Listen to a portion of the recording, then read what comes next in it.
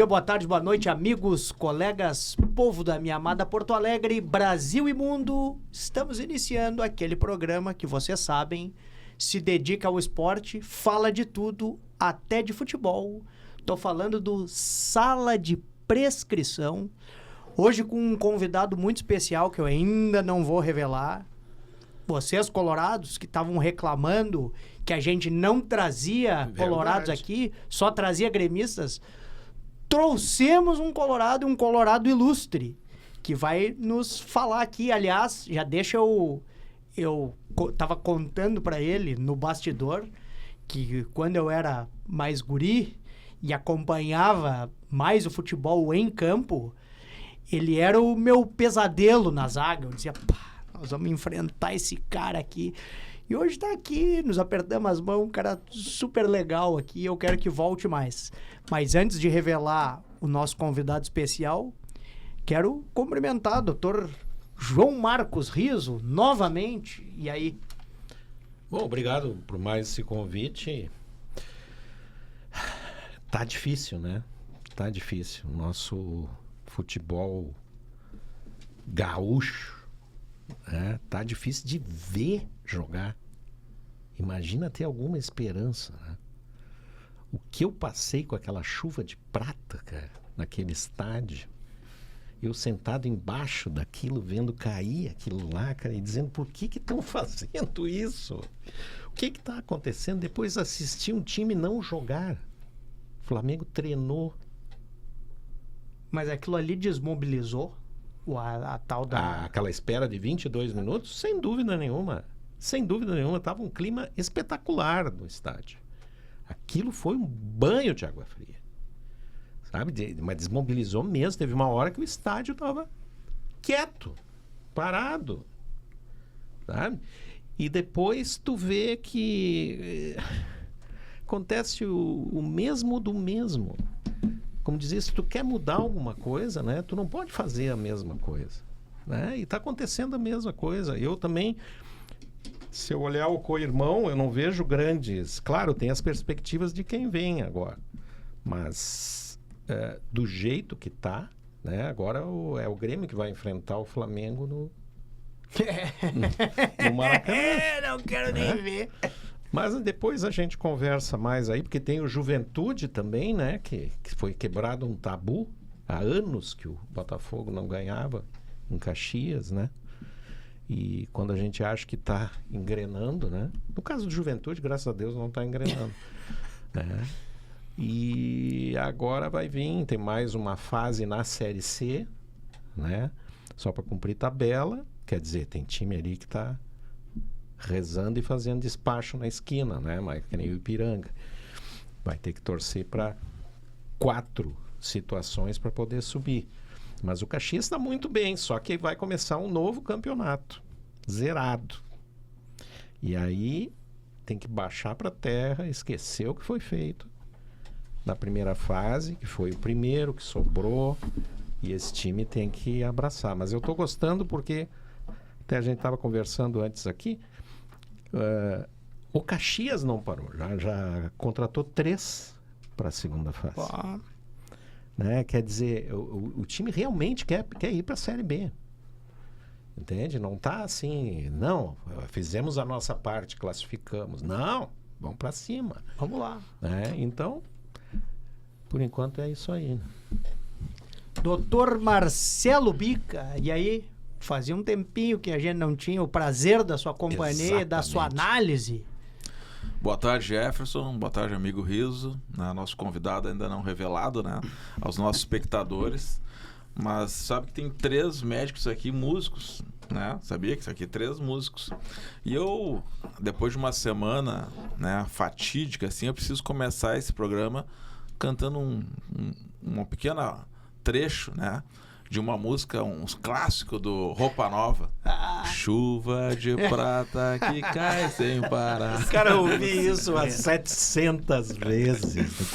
O pior não é isso, eu não sei qual é a rádio que tava tinha a versão da Gal Costa, a versão de tudo. Aí eu troco de rádio. Quando eu tô trocando, cai numa rádio que tá dando essa A música. Então, brincadeiras à parte, infelizmente, as últimas semanas ou os últimos meses, né, vamos considerar assim, a alegria do gremista e a alegria do Colorado tem sido a derrota do rival, né? Tem sido o insucesso do rival, né? É muito pouco para uma dupla, né, de clubes do tamanho do Grêmio Internacional, que vem tendo esse tipo de resultado, um futebol enfadonho, né, Riso? Um futebol que tu vai ali... Agora fui no jogo, né? Então, enfim, tu vê que o Grêmio melhora assim, a articulação, troca de passe, mas é um time sem agressividade, sabe? Não criou jogada, não criou oportunidades. E quando cria, na pequena área, a gente, com a infelicidade do guri, ali acaba perdendo o gol, né? Mas então, assim, é um momento muito difícil o futebol gaúcho, né? E eu acho que tende a piorar. Tende a piorar porque a gente está aqui vivendo um fenômeno que aconteceu na Espanha, né, do fortalecimento de dois grandes clubes, o Barcelona e o Real Madrid, seja por uma questão de organização do clube, seja uma questão financeira, né, um super empoderamento de dois clubes, e que está acontecendo já no Brasil, a olhos vistos, né? A gente vê a quantidade de dinheiro investido no Flamengo, Palmeiras, e compara com os outros clubes, tu vê uma diferença, né?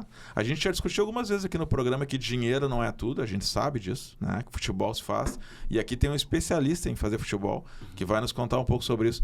Mas assim, dinheiro a gente sabe que não é tudo, mas quando existe uma diferença financeira muito grande, isso vai impactar em campo. Não tem como. Mas o que assusta é a gente ouvir de técnicos e diretores, né, da direção dos clubes, que essa é uma diferença. Em vez de se incomodar com isso, né, dizendo assim, atribui a única questão, né, é essa. Olhem a folha que é, nós estamos jogando contra uma folha e tal, eu não quero ouvir isso. Claro. Existem vários outros processos, né, Riso, que assim constrói um grupo vencedor. Desde ali relacionamento do grupo, gestão do pessoal, tu tem que... Uma coisa que eu falava até com a direção do Grêmio, assim, no sentido, hoje os contratos de futebol, eles são cada vez mais esticados, né? Essa coisa da SAF está inflacionando todo o futebol brasileiro, e tu não vê, por exemplo, contrato com um percentual, queria até saber depois a opinião do nosso convidado sobre isso, de um percentual maior de renda variável, de produtividade, né? A gente não consegue mais isso no mercado. A maior parte dos contratos é a grana fixa e um pequeno percentual de produtividade. Eu acredito que em qualquer setor da vida, da economia, a produtividade, o ganho por produtividade, ele acaba também impactando, né, no desejo, na vontade do cara vencer e desempenho. Mas a gente já viveu uma outra realidade, que era a realidade Grêmio Parmalat, por exemplo, né? O Grêmio enfrentou a Parmalat, né? Isso acontece. Como tem o Mirassol agora, por exemplo, que está tendo um baita futebol, entendeu? Mas vamos deixar a apresentação do nosso apresentar aquele zagueirão que me dava medo, porque eu tava dizendo para ele, rápido, muito, além de veloz, enérgico, e nós perdemos... O Grêmio perdeu 2 Grenais enfrentando esse zagueiro aí, e eu tinha medo dele, e quero dizer assim, lendo a tua biografia, até terminou relativamente cedo a carreira, ele vai nos explicar por quê. Começou cedo no ramo do empreendedorismo com a empresa, e ele também tem que nos contar o trabalho muito bonito que ele faz hoje de categoria de base, integração de esporte na cidade que ele cresceu. Tô falando do Super Sandro Becker. Pô, muito obrigado por ter vindo. Que isso. Pô, gostei muito de conhecer. E as portas estão abertas para tu voltar de novo. Boa tarde. Primeiro agradecer o convite. Dr. Marcelo já é meu doutor, então quero te dizer assim que não tem chance de tu ser o meu urologista. Vamos deixar bem claro aqui. Não, mas sim, tem muitas coisas que aconteceram, né, nesse tempo. E falando um pouquinho de mim, assim, é sempre muito difícil o pessoal perguntar assim, como que tu era de zagueiro, como é que tu era como zagueiro. É sempre muito complicado tu falar das tuas características, né? Eu sempre comento com os atletas que que sempre estão próximos da gente. Uma coisa eu sempre tive, força de vontade nunca faltou, né? Mas tu foi puxado para zagueiro, né? Fui. Tu Eu não fui. era originalmente zagueiro. Não. Se eu contar a minha história de como eu saí de casa aos 15 anos e vim para Porto Alegre realizar meu sonho de infância e... Porque tu cresceu em Três Passos, é isso? Eu cresci em Três Passos. Eu cresci em E Três é Passos. natural de... Eu sou natural de Redentora. Redentora. Por que isso? Porque meu pai era um visionário, alguém que já pensava em... Hoje a gente vê muito falar em Dourados, o agronegócio. Meu pai, em 1972, já estava lá em Dourados, em Goiânia, para aqueles lados lá, entendeu? Então, quando eu nasci em Redentora, minha família toda, Becker de Três Passos e Pedrali por parte de mãe, também de Três Passos. O meu pai arrendou terras perto de Palmeiras, então a gente foi morar para lá e aí nesse intervalo eu nasci e aí depois retornei para Três Passos de novo, então cresci até os 15 anos em Três Passos. Então, pai, mãe, avô, avó, todos naturais de Três Passos. E o que te levou tu veio fazer... Tu já veio pro Inter... Tu veio fazer teste, foi descoberto, como é que foi isso? A história do meu pai, eu sempre sonhava em jogar no Internacional. Fui criado numa família de colorados, né? E desculpa a interrupção, e desde criança queria ser jogador de futebol? Do Inter. Porque... Mas realizou o sonho, legal. Realizei meu sonho, porque eu nasci em 71, né? Então, 74, 75, 79. Então, no campeonato do tricampeonato internacional, eu tinha 8 anos, né? Então, 8 anos Horizonte. sugando tudo que podia, né? Então, um tio vereador na cidade, colorado. A mãe colorada, o pai colorado, os irmãos colorados. Então, todo mundo incentivava, né? E aí, dos 10 aos 15, passou um pouquinho a febre de querer jogar bola, porque daí tu já começa a crescer, o pai já começa a botar no trabalho, entendeu? Nós éramos agricultores na época e o pai pela condição que tinha, né? Um pouquinho mais condição financeira, o pai já botava a gente com 10, 11 anos em cima do trator e o seguinte, vamos trabalhar e toca a ficha, né? E aí, na época também, era uma época de desmatamento, né? De fazer lavoura, fazer roça e tal. Então, tudo isso eu vivi até os 15 anos. E daí, de repente, aos 15 anos, surge uma situação em que meu pai, um ex-deputado, tinha prometido para o meu pai que ia me trazer um dia para Porto Alegre para fazer teste. Bom, resumo, meu pai encarou o pai do ex-deputado e 2 semanas depois eu estava aqui em Porto Alegre fazendo teste no Internacional. Eu jogava numa escolinha do Inter lá em Três Passos, que fazia uma vez por semana só treino. 15 anos tu tinha? Com 15, 14 para 15. E aí, nessa escolinha, o Tafarel já jogava, porque o Tafarel já era mais velho, e como ele vinha de Criciúmal, 22 quilômetros dali. Sabia que o Tafarel foi meu vizinho do Bonfim. No Bonfim? A gente jogava vôlei, a gente era piá, né? Aí ele brincava de jogar vôlei, né? Brincava. Pô. Mas deixa eu te perguntar uma coisa, aproveitando. Tu falou que fazia uma escolinha do Inter em Três Passos. E uma vez por semana. Uma vez por semana. Desde mais moleque. Desde moleque. Mas tu já jogava bola também todo dia, aquela Sim. coisa. Entre um trator e outro, tu ia lá Sim. e jogava bola. É isso? Porque daí estudava de manhã e quando tinha oportunidade de poder treinar à tarde... E a pergunta que eu te faço, tu jogava de zagueiro já? Não. Ou de... Eu era ponta direita, pô. Olha aí. Pois é, essa é a pergunta que eu ia fazer. Tu já te destacava, assim, Lá, sim. dos Lá- outros guris lá que eu- jogavam? Já era esse cara aqui é diferente. Lá em Três Passos, sim, porque eu jogava, meu pai era presidente, meu pai era dono do time do bairro, não, né? Do Da distrito, cidade. né? É, Distrito, porque aham. era longe. Não era tudo. cidade Não. ainda. Então, o pai era presidente do time e aí eu com 13 anos, eles me botavam 10 minutos, 15 minutos.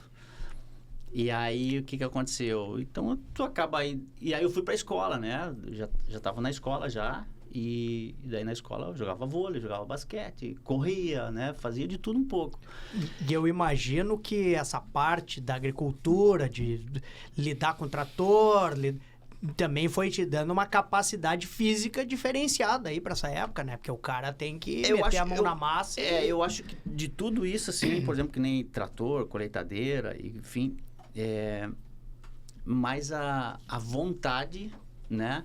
E a perseverança de enfrentar as coisas. Por exemplo, eu tinha 13 anos de idade, eu voltava para casa, às vezes, a 1h da madrugada, lavrando e colhendo, entendeu? Com 13 anos. Então, essa coisa de encarar e enfrentar as coisas veio desde cedo, né? Não tinha ruim, né? Não tinha. E aí, quando tu vem a Porto Alegre, daí tu faz o teste. Eu fiz um treino. Eu creio, né, que Deus tinha um plano muito grande na minha vida desde lá de trás, porque tu vir para Porto Alegre naquela época, a 480 quilômetros, era estrada difícil, né? Já estavam naquela época, em 86, que fizeram o asfalto que ligava Três Passos era muito difícil o acesso. A Porto Alegre. O acesso era difícil. Então, naquela época já tinha asfalto. Só que prefeito, naquela época, vinha a Porto Alegre de ônibus. Ônibus de linha. Que prefeito hoje que vem de ônibus de linha? Isso é até um afronto, né? Tu botar o prefeito dentro, né? Bom, e naquela época daí... Ou seja, era esse teste ou esse teste. Era. Provavelmente tu não faria um segundo teste pela dificuldade, né, de chegar. Porque era tudo muito distante e por isso que sempre falavam, só entra no Inter e no Grêmio quem tem padrinho, né? Sim. Essa era... E na realidade eu vim naquela época, fiz um teste e seu Abílio dos Reis, né? Que era seu Abílio no Inter e... o senhor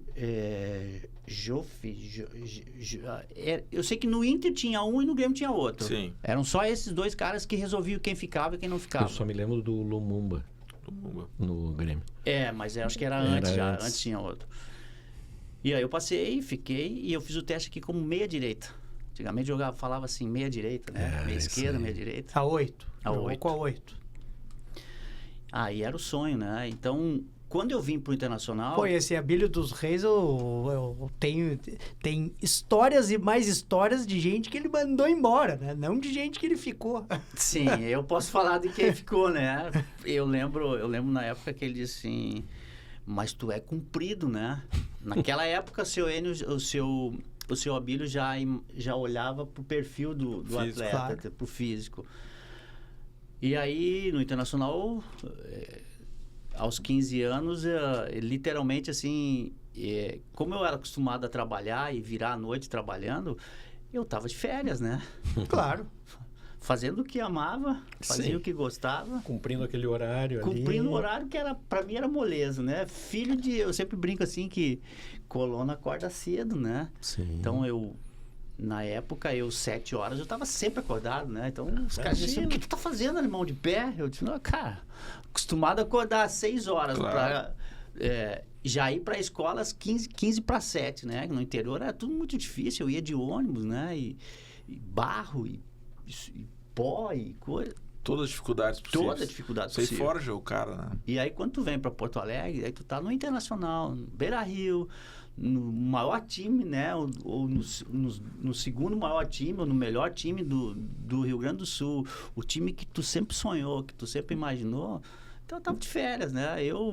Dificilmente eu ficava fora de um treino, ou coisa assim. E aí, finais de semana, que os guris sempre saíam, que tinha aqui no Menino Deus, tinha New Look. Não tinha New Look, tinha uma outra também lá que os guris sempre iam. E se tu me perguntar onde era o endereço... Nem sabia. Eu não sabia, entendeu? Ficava na concentração. Eu cansei de dormir sozinho na concentração, debaixo das arquibancadas. Da gurizada sair pra festa. Todas. Tu morava no alojamento. Quando tu vem a Porto Alegre, tu mora ali no alojamento. Moro direto, porque na época... Então foi assim, quando eu vim pra cá, um conselheiro do Inter conhecia o Beretta... Lembra do Beretta, lateral esquerdo? Sim. Beretta foi o lateral esquerdo e quando eu cheguei aqui ele era o supervisor do Internacional. Ele era o responsável pela categoria de base. E aí abriu a brecha e eu acabei vindo direto para concentração. Então fiquei ali, morei praticamente 4 anos, né? Debaixo da concentração até 90. Profissionalizar. Até E profissionalizar. quem é que te puxou pra zaga? Foi ele? Não, o foi Abílio? o professor Raul Cabral. Então, o que aconteceu? Daí, juvenil, segundo ano de juvenil, o volante nosso era a seleção brasileira, que era a mesma idade que a minha. E como eu era volante... Primeiro volante, 5. 5, eu já tinha eu nem estreiei como 8, tá? Já nunca desceu pra cinco. nunca. Sim. No andar da carruagem. Para-brisa. Para-brisa fui da lá frente do para-brisa. Já fui lá de número 5. E aí, na época, quando o senhor Raul Tagliar assumiu o juvenil, eu treinava feito louco, né? Só que eu não tinha condição técnica para ganhar a posição do cara que era Da seleção. E aí, uma semana antes de começar o treino, a gente sempre chegava no vestiário e olhava na rouparia, já era assim, time verde era os reserva e só os 10 de camiseta amarela é os que eram titular. E daí eu morava em cima, descia pro vestiário. Já olhava. Olhava e dizia assim, tá no banco de novo, não vou ficar no banco no coletivo. Aí tá, eu já sabia, né? Quando todo mundo se trocava, estão aquecendo e coisa. Daí eu disse, volante tava escalado, volante meia, tudo escalado. Eu disse assim, pô, zagueiro, não sou eu, né? Não vai ter ninguém. E o professor tá com a colete, não. E aí me chama e diz assim, alemão, não posso te deixar fora, cara. Tu treina demais, tu corre, tu chama todo mundo e coisa e tal. Vamos pra zaga? Vamos de zagueiro? Eu disse, professor, nunca joguei, mas eu vou.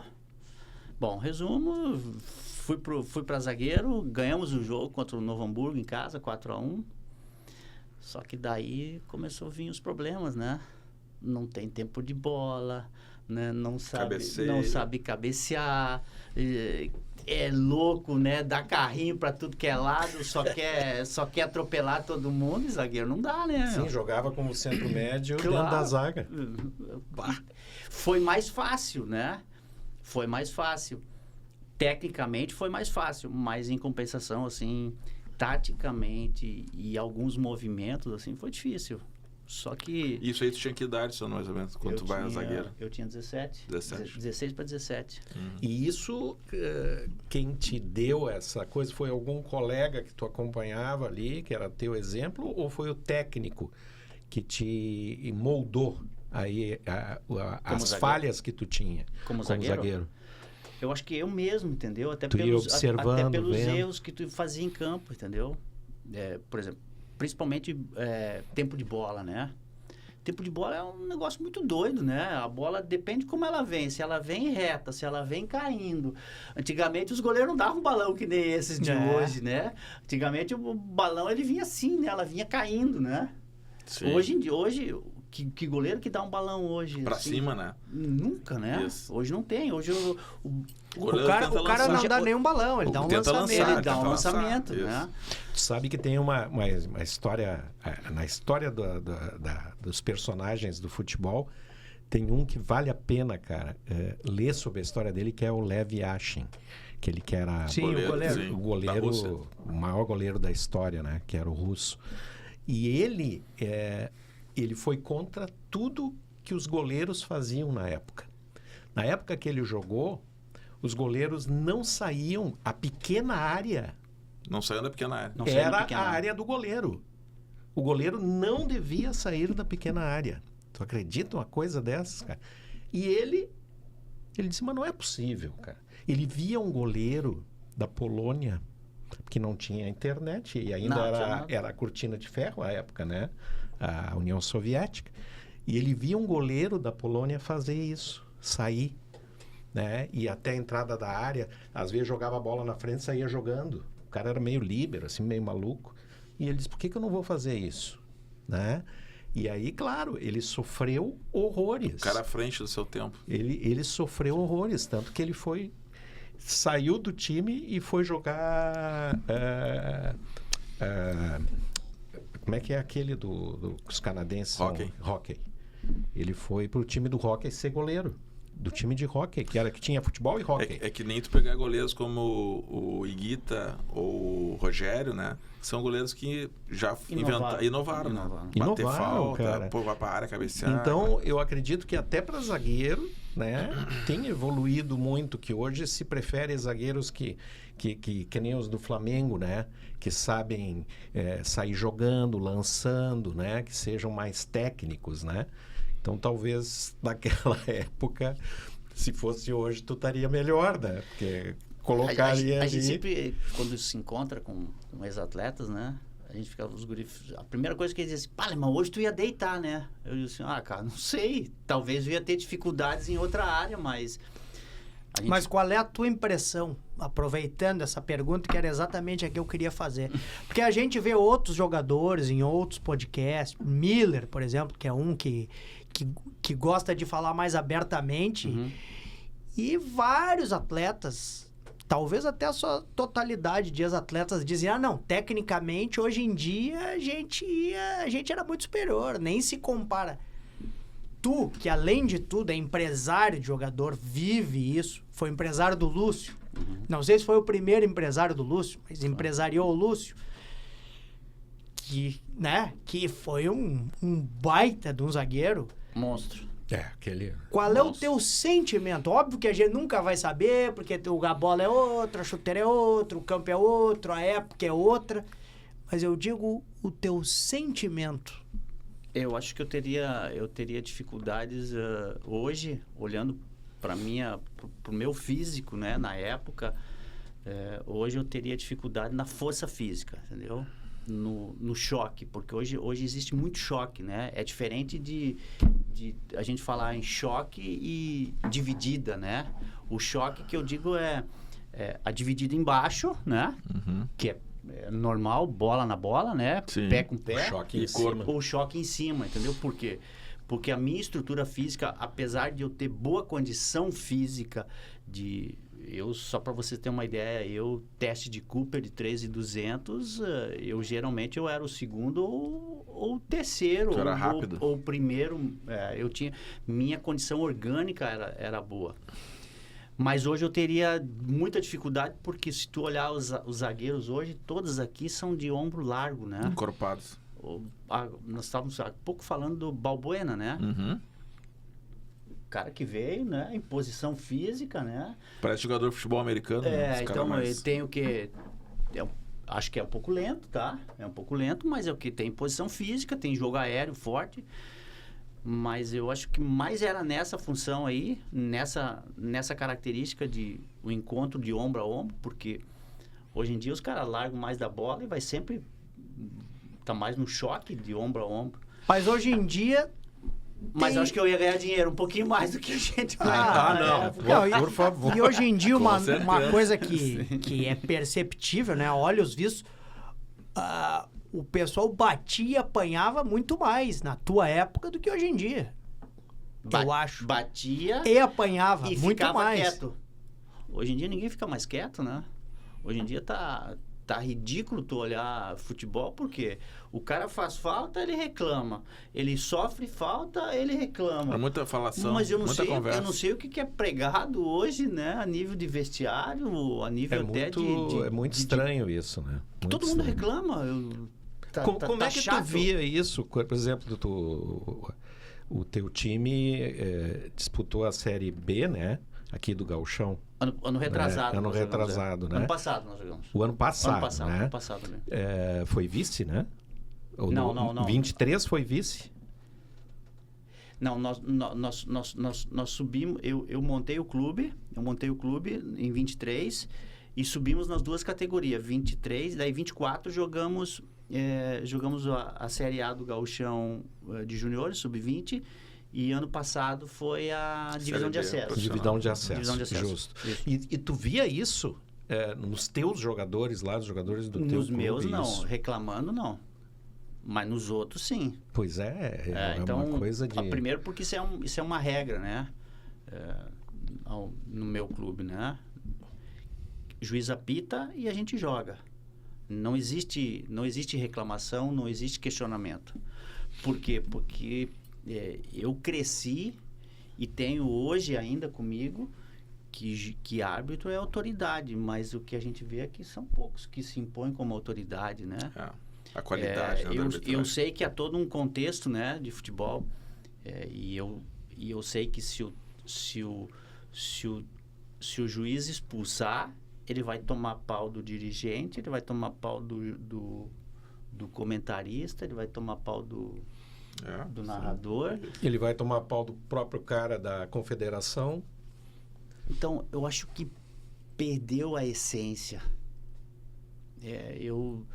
Desde que eu formei o clube, eu tenho como meu primeiro slogan resgatando a essência, né?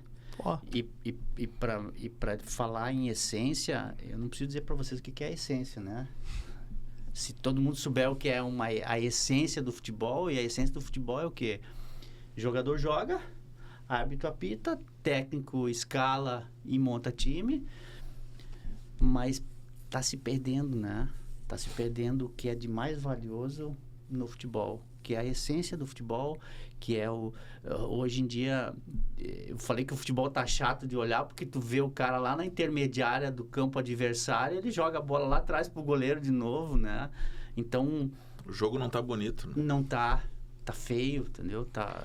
E a pergunta que eu ia te fazer, pegando esse gancho, Sandro, tu que é um sujeito que vive isso no teu dia a dia, tu acha que essa questão da parte tática e do técnico estudioso, tu acha que isso realmente está acontecendo? Não, realmente teve uma evolução na parte tática? Ou isso é mais uma ideia que a gente tem e talvez um pouco de marketing e não mudou tanto assim? Qual é a tua impressão? Eu acho que tem muito marketing, né? Tem muito marketing, mas eu acho que o formato de como se joga hoje e a essência, eu gosto de escutar muito quando o Dunga dá uma entrevista, né? Porque o Dunga, porque por ter sido um treinador, ele consegue definir defesa, meio e ataque, né? A gente quando fala de futebol, eu falo sempre que cada um tem uma especialidade no futebol. Eu gosto de olhar a qualidade do jogador, né? O nível técnico dele. O Dunga é o cara que conhece a parte tática, organiza, né? Olha a organização, né? Então, tu vê o Dunga sempre falando assim de que, poxa vida, bola, nós estamos lá na intermediária do campo adversário.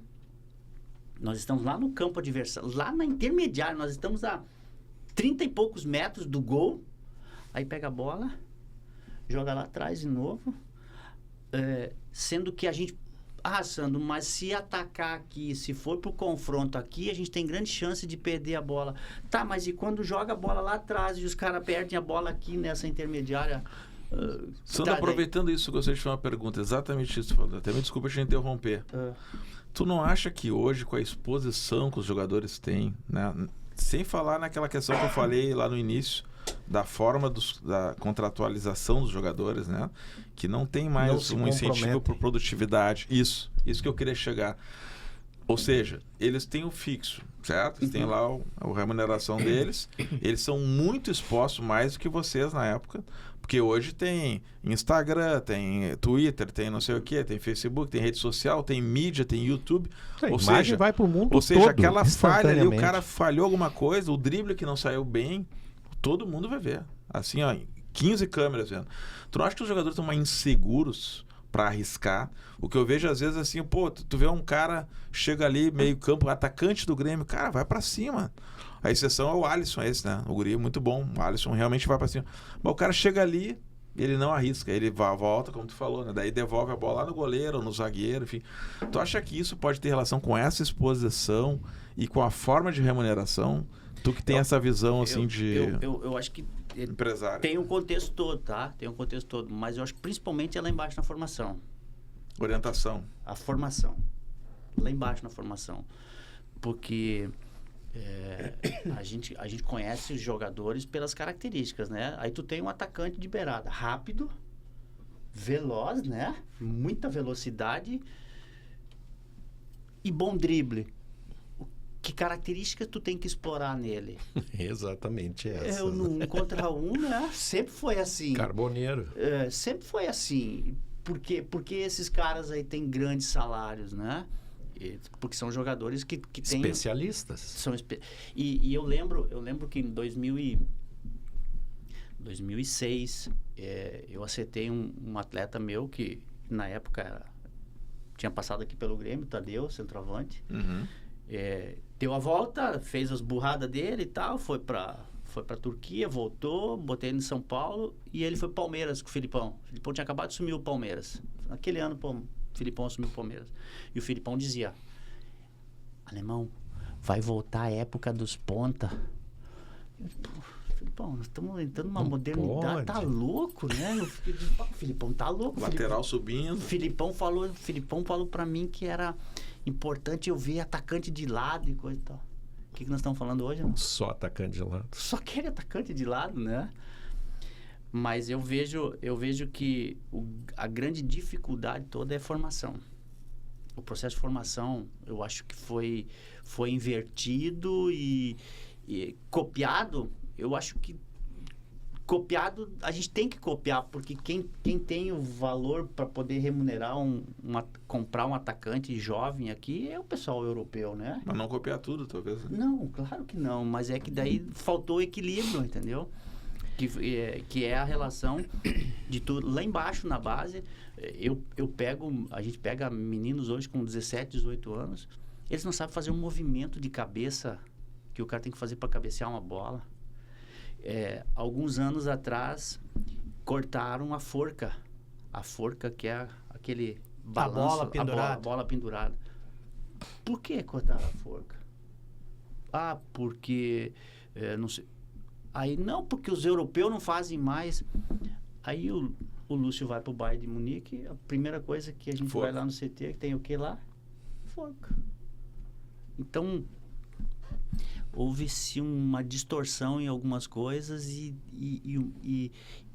perdemos aquilo que nós tínhamos de mais puro, que é a essência do que é o nosso nível técnico, né? Claro. O drible, né? O ir pra cima. Sabe que veio aqui conversar com a gente o Leanderson, que era do Grêmio. Atacante. Jogador. É isso, né? Era meio. Meia? Ele era meia? Ele era 8. Ele era atacante no início e depois ele virou 8. Foi indo para trás. E ele, hoje, ele faz exatamente, né? Ele treina fundamentos. Personal. Para as crianças e tal, né? E aí se vê que também tem um problema que foi levantado, que é a cognição. O quanto esses jogadores hoje, com essa formação de alguns técnicos... entendem o que tem que fazer. Se eles entendem o que está acontecendo. Porque fala, tá? E aí, o que eu faço em campo agora? Se eu tenho que ir para o A do B para o C, se eu tenho que cobrir não sei o quê. Sabe que vendo o jogo do Inter contra o Flamengo aqui, na Chuva de Prata, a gente via o quê? O jogador pegava a bola, o jogador do Inter, o Flamengo estava lá atrás. Aí eles jogavam a bola para trás. Exatamente como tu falou, né? A bola vai para trás. Parecia um enxame de abelha o Flamengo. Eles chamavam o Flamengo com aquela bola para trás. E tinha um jogador novo no Inter que era completamente dissonante daquilo, que é aquele Alan Rodrigues. Uhum. Ele jogava para frente.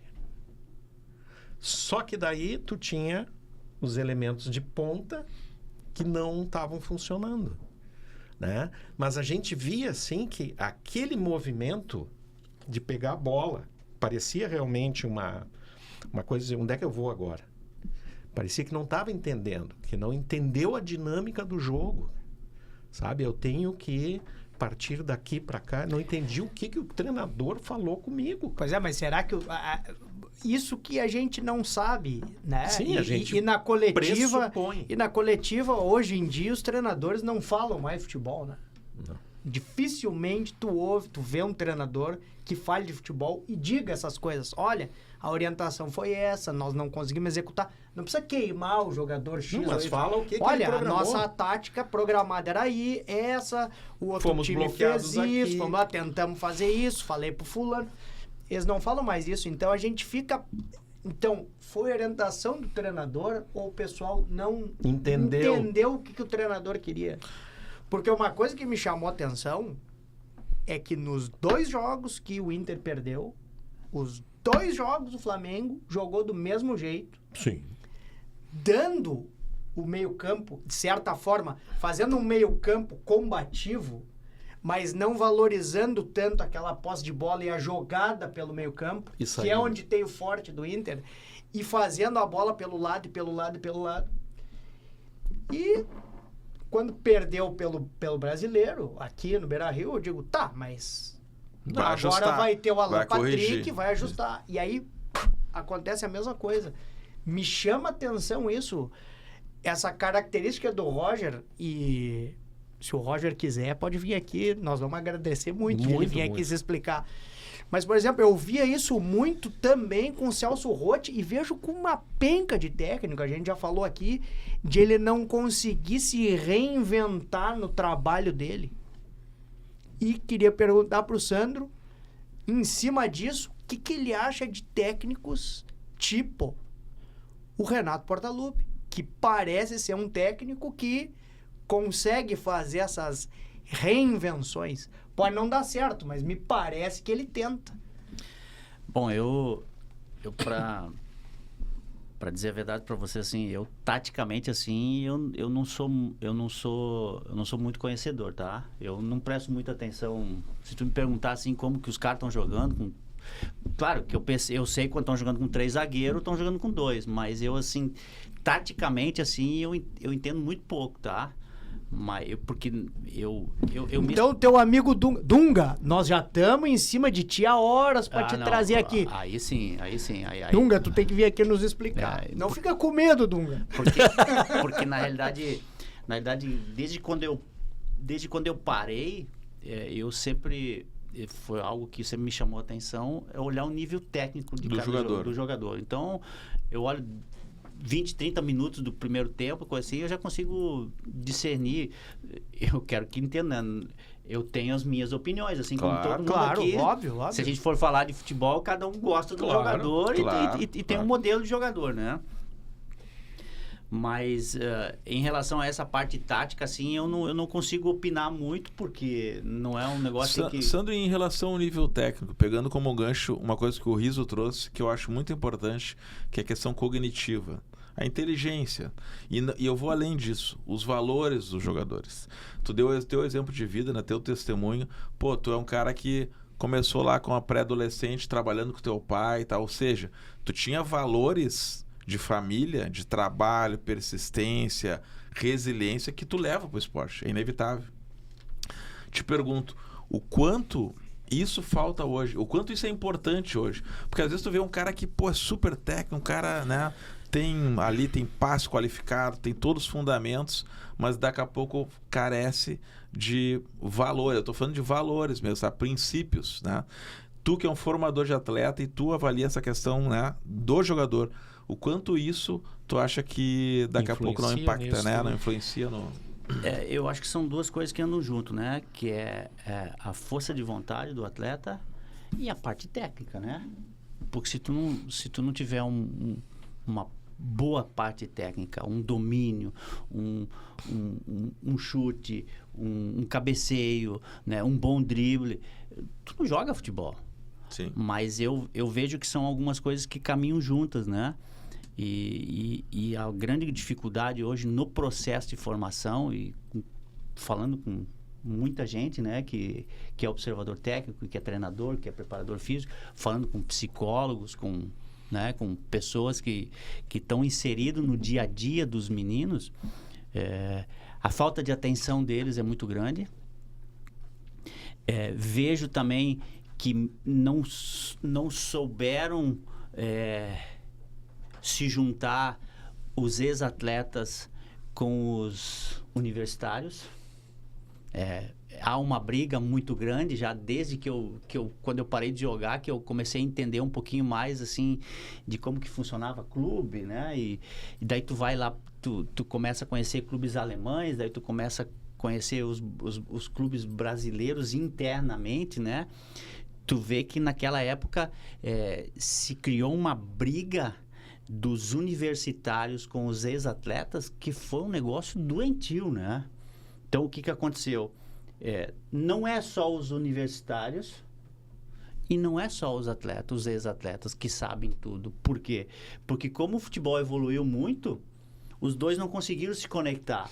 E eu te digo que os ex-atletas que não se conectaram com os universitários ficaram para trás, Quando né? tu fala universitários, tu tá se referindo São aos os profissionais, profissionais assim, formados, fisiologista. formados tal, em faculdade, entendi, né? entendi. Porque a gente vê muitos que são treinadores hoje, se tu pedir para eles dar uma fatiada, o cara não sabe, não né? sabe. O Júnior Rocha, treinador do Caxias, não foi jogador. Não foi jogador. Pois é, então... E tá fazendo um trabalho maravilhoso. Pronto, entendeu?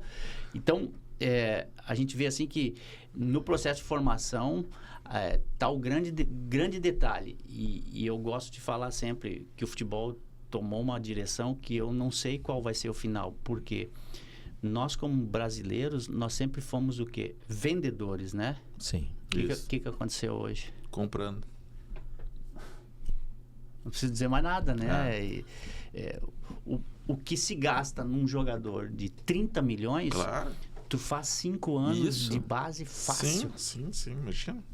Mas não é isso que se pensa hoje. Então, a gente fica feliz quando a gente vê Palmeiras, né? Quando a gente vê Flamengo.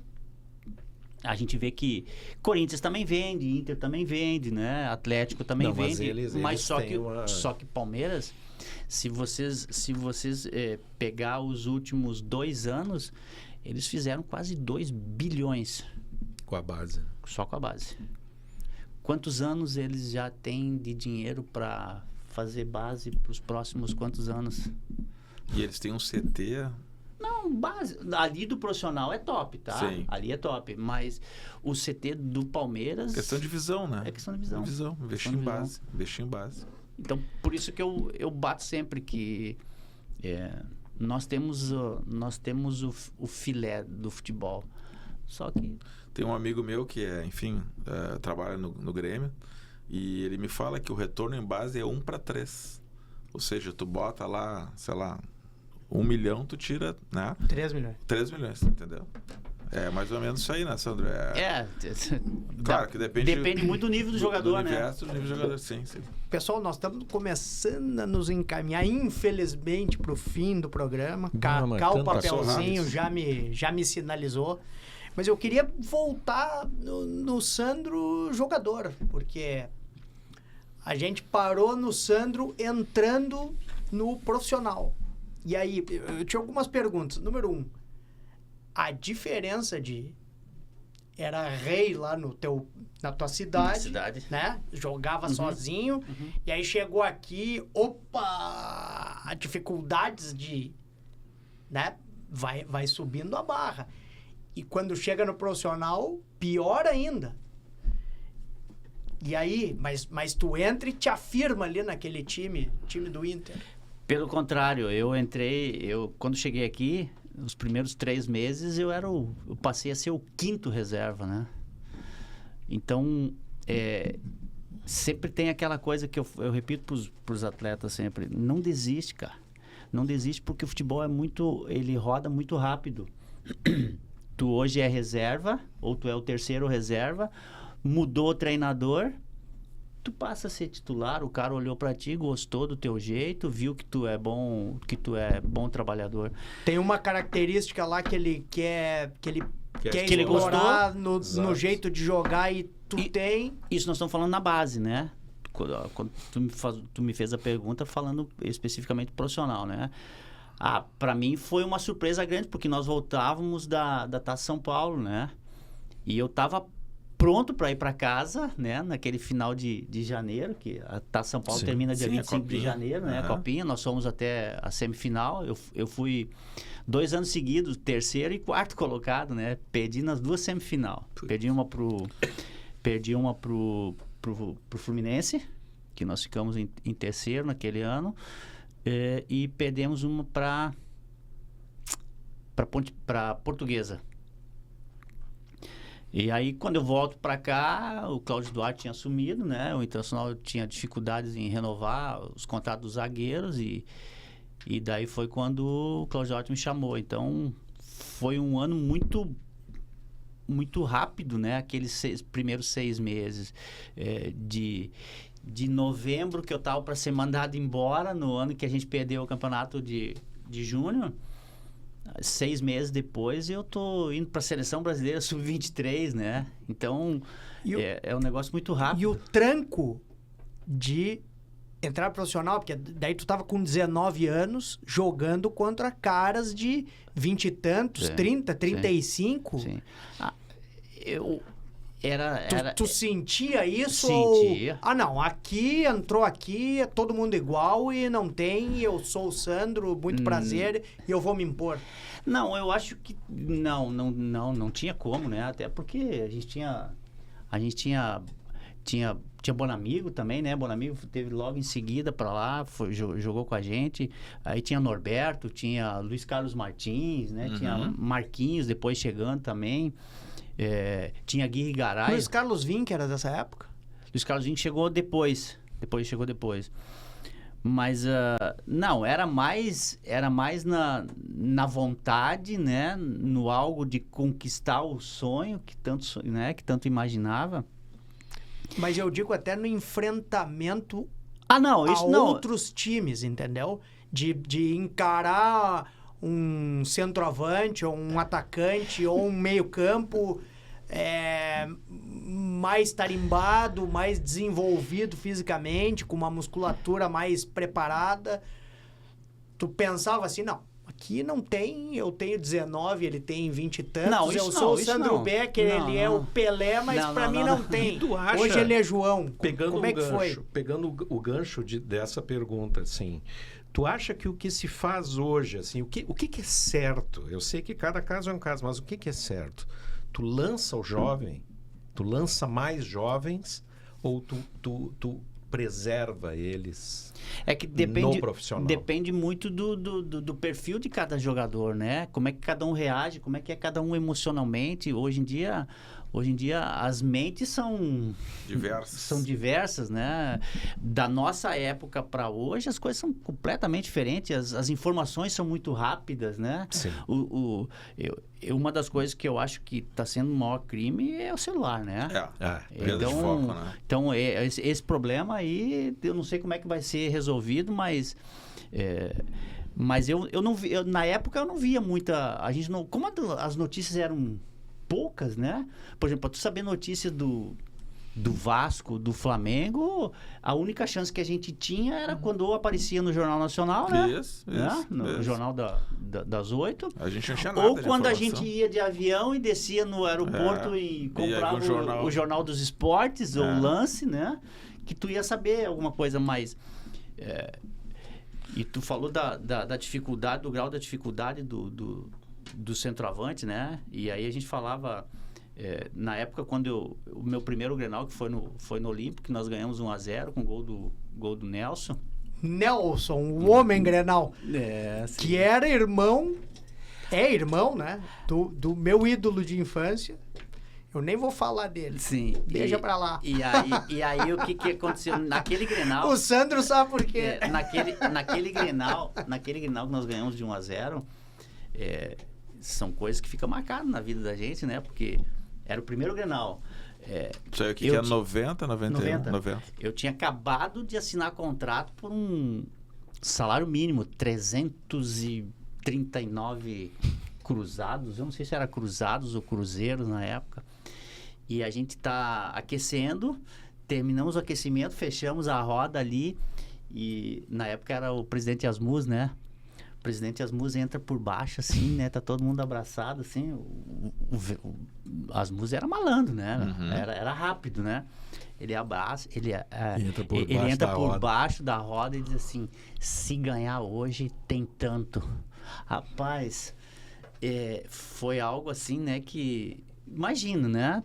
Gurizada, tu tem claro. 19 anos, Isso. primeiro Grenal, assinou contrato há uma semana atrás.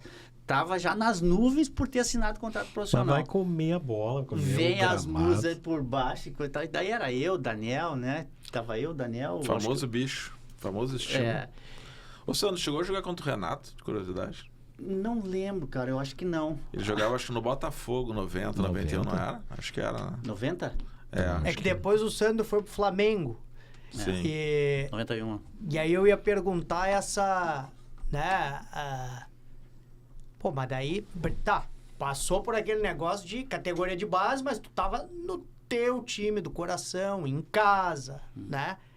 Mas aí depois tu te transfere pro Flamengo, né? Do Júnior. Flamengo já tinha história do Zico, como a gente falou aqui em off, tinha o Maracanã. Bebeto, Aí, tinha, né? treinei contra o Zico, veio treinar com a gente, tinha voltado do Japão. Leandro. Do Kashima. Leandro. Leandro, baita jogador. Leandro tava Lateral vivendo direito, né? problemas pessoais lá, tava sempre na concentração com a gente jogando sinuca e coisa e tal. Eu só conhecia os caras vindo Da TV, seleção brasileira. né? Como é que é entrar no Maracanã com aquela torcida gigante, cara? Hoje em dia, hoje eu tenho 54 anos, né? Aos 19 anos eu era mais na empolgação e Na na emoção. emoção do que qualquer outra coisa. Mais preocupado com o cabelo, muitas vezes, né? Do que Que é o que qualquer eles outra... fazem hoje, né? Também. Que continua só numa proporção maior, né? Exatamente. Maior. Porque a exposição é muito maior. Isso, exato. Muito, né? Muito maior. Tanto que hoje eles estão mais preocupados em a postagem que já vai... A foto que vai tirar no vestiário, né? Mas são épocas diferentes, né? Eu sempre falo que a única coisa que não muda entra 11 em campo, as posições são as mesmas e o nível técnico tem que ser bom. Tem que ser bom, porque senão não... Mas senão e daí não... o Sandro aqui em Porto Alegre não saía e no Rio saía? Porque daí já Não. tava com 2 anos mais. Não. Graças a Deus não. E a porque- cariocada já não tava pegava no casado? teu pé e te dizia, ô Não, gaúcho, o Rio vamos de Janeiro, lá. o Rio de Janeiro. Porque tu é casado há quanto? 38, 37, Eu 38 sou anos? casado há 34 anos. Vou fazer 34 agora em anos. janeiro 34. É. Quando eu fui... Tinha 20, então. Eu tinha 20. Quando começou a Quando eu, namorar. quando eu fui pro Flamengo, foi lá que bateu o martelo que eu disse assim, não, vou casar. E a gente comenta ainda Ela é hoje. gaúcha? Sim, é da minha cidade. Ah, Foi de lá e as grandes decisões que eu tomei na minha vida foi por telefone, né? E aí tu imagina, no Rio de Janeiro, sozinho, morava em São Conrado. Eu disse, não, dá não, vou casar. E aí foi o ano que eu decidi casar. Voltei 24 de dezembro noivamos e 25 de janeiro casamos. Bah. Daí foi quando voltei pro Internacional em 92. Que eu não deveria ter voltado. Eu deveria ter ficado no Flamengo, porque aquele ano o Flamengo foi campeão brasileiro. Ah, é verdade. E como 92. existia a lei do passe, Sim. eu não consegui voltar.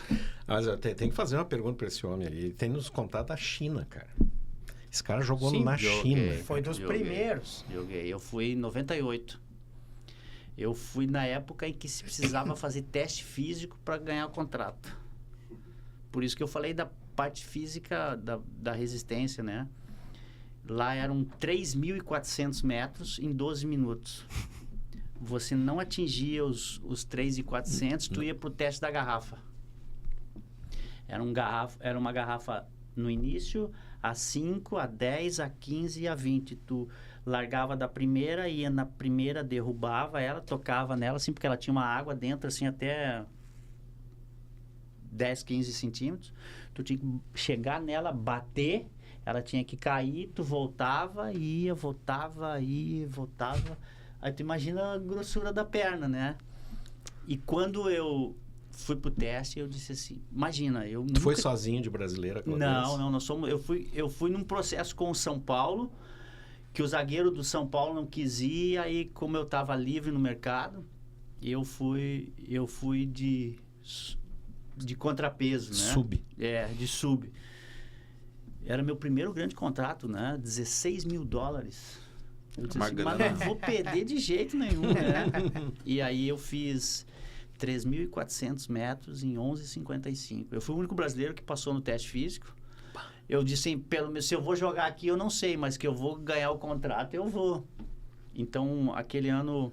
E no ano seguinte, eu fiz de novo a 1.600 metros.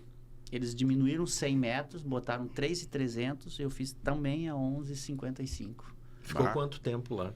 Foi muito rápido, porque daí os chineses já começaram a movimentar o mercado, né? Então, eu ganhava X por mês, mas o contrato girava em torno de $1 milhão, 2 milhões, entendeu?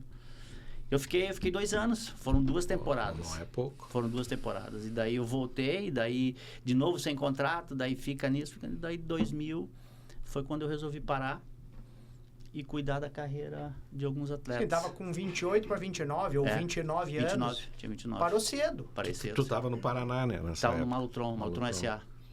Malutron já era uma SAF. Que era o primeiro SAF. Tu O negócio andava... Malutron era de uma família lá. Trombini. Mas, Trombini. Isso foi no ano de 2000. E aí depois resolvi parar. E foi quando... os últimos 14 anos lá, de 2000 a 2015, foi que daí eu resolvi o processo de formação.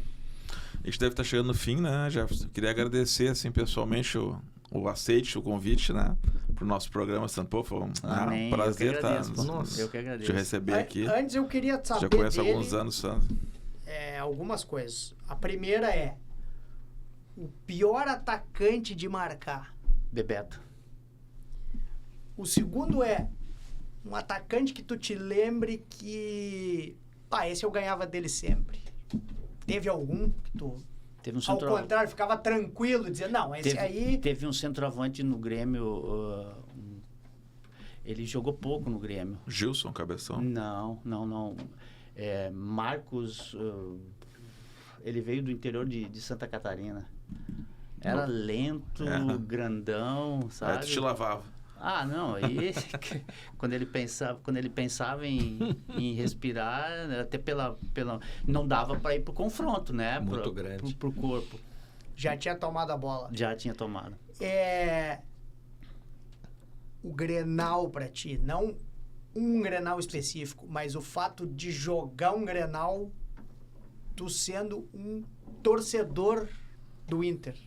Nunca pensei nisso. Tinha diferença, assim, tu pensava, é o Grêmio, esse aqui nós vamos ter que ganhar, temos que exterminar. É difícil... Ou entre profissionais não rola esse tipo de coisa assim? Não, eu acho que na época tu tava tão assim, fora do eixo, né? Tava tão empolgado e emocionado por estar jogando no Internacional. Mas o primeiro Grenal, né, que a gente ganhou de 1-0...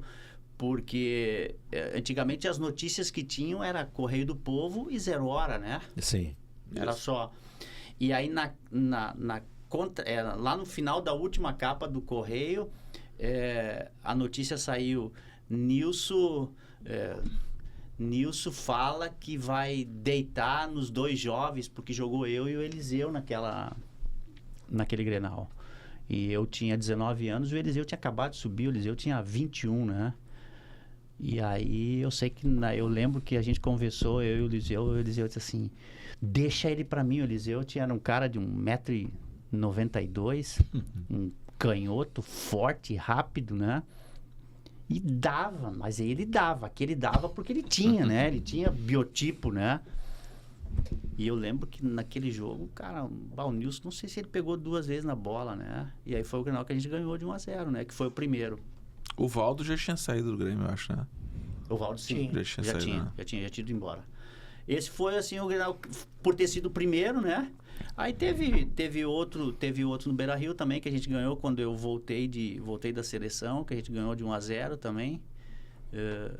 mas também teve outros que ficaram marcados Ficaram também. marcados. Ficaram. Mas como tu é nosso convidado, não vamos... Não tem porquê, né? Não vamos... Não, mas isso hoje não... É... Na época foi difícil, mas hoje não mais.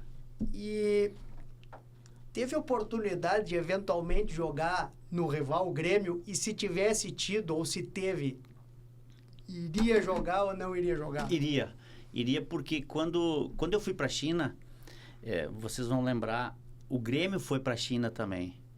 E quando o Grêmio foi fazer a primeira excursão lá, eu encontrei o Cacalo. E eu tinha recém chegado naquela semana. Nós fizemos 2 jogos com o Grêmio. Fizemos um Isso jogo... era 98? 98. Fizemos um jogo em Macau, que o Grêmio foi para Macau. Foi quando eu cheguei. E depois mais um jogo em Xangai, que era onde eu jogava. O Cacalo aí já era presidente, né? 98 era presidente. Era o presidente. Ele era o presidente. E aí jogamos em Macau, perdemos 1-0. Perdemos 1-0 pro Grêmio. E foi meu primeiro jogo, né? Eu tava estreando. Fui bem no jogo, como primeiro volante. Como volante daí.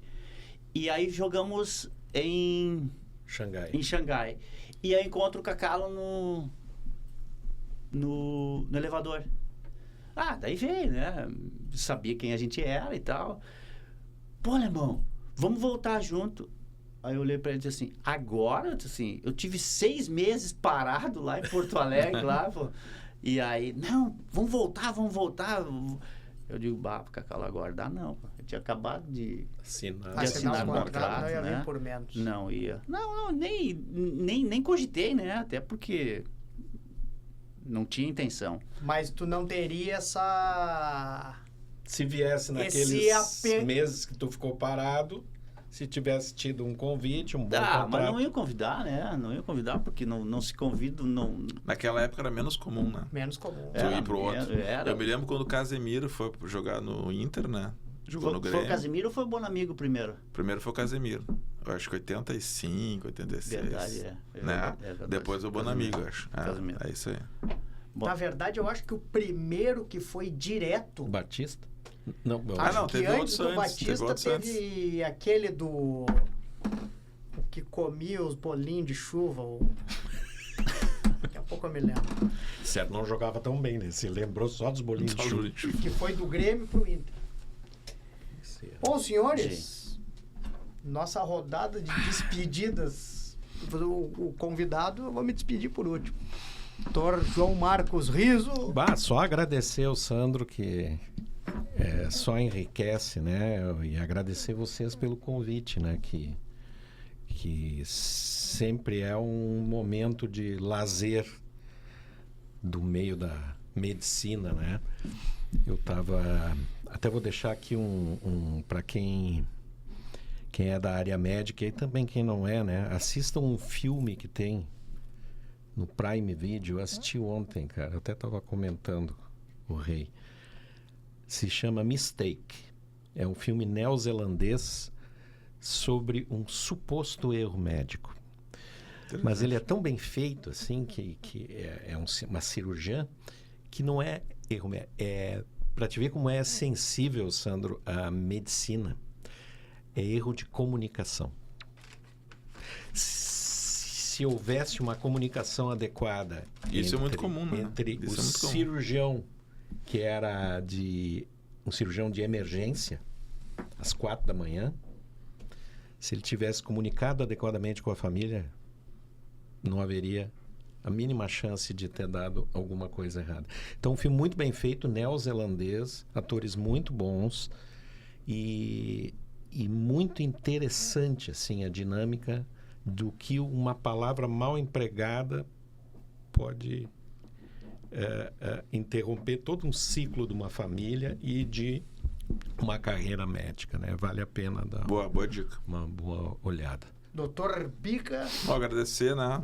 Mais um belo programa. Agradecer novamente, até antecipei meu agradecimento ao aceite ao convite. Muito, muito bom, Sandro. Muito bom te ter aqui conosco, né? E, enfim, vamos para frente. Temos que melhorar essa dupla Grenal aí, né? Esse nosso futebol gaúcho. Que o Sandro consiga, né, cada vez mais formar jovens atletas e que, quem sabe, né, Sandro, aos pouquinhos Não inserindo mude a mentalidade da coisa. Exatamente. A gurizada aí foca mais na essência do esporte, que é a bola em campo, ali é o futebol bem jogado, né? Muito obrigado. Bom, Sandro, eu também quero agradecer, te dizer que quando era gurizote, adolescente, tanto te xinguei, hoje te considero um amigo. E tanto te temi. E tanto te temi. Bem menos, doutor, bem menos. Gostaria doutor. muito que tu tivesse jogado no Grêmio. Tenho certeza que, apesar de declaradamente colorado, pela tua personalidade, tu ia honrar a tua própria virtude e tu iria jogar com o sangue necessário. E te passo às mãos uma singela lembrancinha do sindicato que a gente dá para os nossos entrevistados. Obrigado. E volte sempre. E se puder dar um recado pro Dunga vir aqui, nós já estamos em cima dele há horas e o procurador dele não nos dá nem pelotas. Para mim é sempre um aprendizado, né? E quando a secretária ligou e convidando para vir aqui, eu digo assim, caramba, quando tem DR junto assim é meio complicado, né, meu, entendeu? Não, mas é sempre uma honra, tá? Sempre uma alegria e dizer que estou sempre à disposição, vocês indo a Viamão, Vila Aventura, Hotel Vila Aventura, CT tá lá e sempre à disposição e o que precisar, pode contar com a gente lá. Obrigado. Muito obrigado. Mais uma vez, um baita programa. Grata satisfação de receber o Sandro Becker aqui, o meu zagueiro temido. Da minha época que eu torcia contra o Internacional ali direto das arquibancadas. Agradecer a todos vocês. Obrigado. Mas como eu sempre termino, agradecer principalmente você que está na nossa audiência. Deixe seu like, deixe seu comentário, compartilhe. E nós voltamos semana que vem com mais um Sala de Prescrição. Beijo no coração, fiquem com Deus.